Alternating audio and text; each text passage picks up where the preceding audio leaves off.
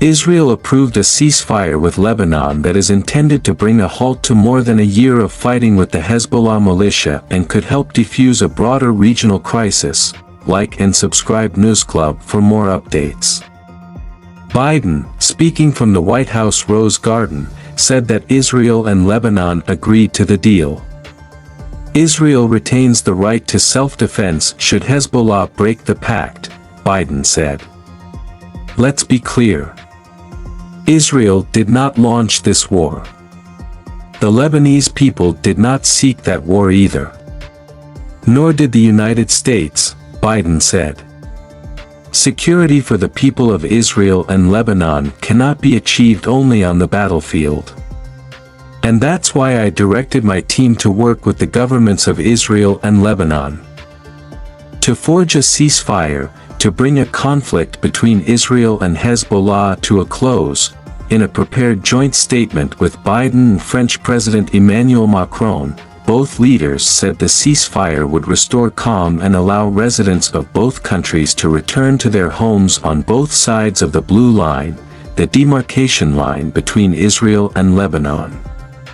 Israeli Prime Minister Benjamin Netanyahu spoke with Biden and thanked him for the U.S. involvement in achieving the ceasefire agreement in Lebanon and for the understanding that Israel maintains freedom of action in enforcing it.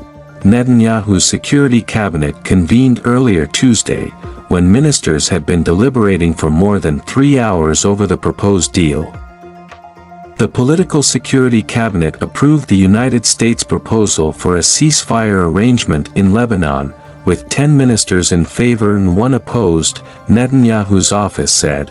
At a press conference while deliberations were ongoing, Netanyahu laid out 3 reasons in support of the deal: to focus on the Iranian threat, provide an opportunity to refresh the Israeli forces, and separate Hamas from the northern front.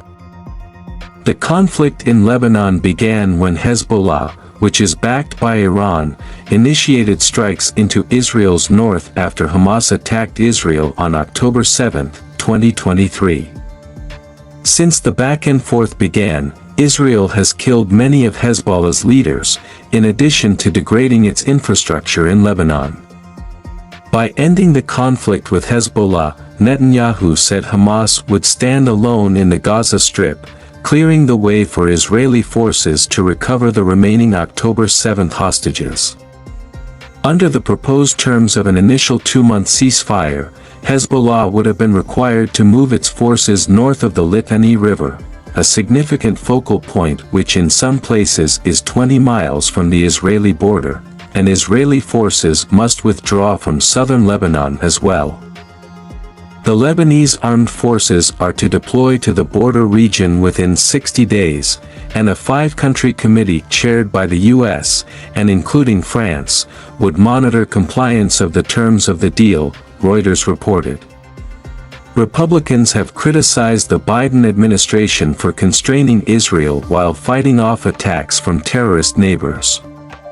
In addition to the ceasefire, a peacekeeping mission by observers from the United Nations Interim Force in Lebanon will also continue. The Israeli Defense Forces, IDF, said earlier Tuesday that its ground troops have reached parts of Lebanon's Litani River, considered a long-time Hezbollah stronghold.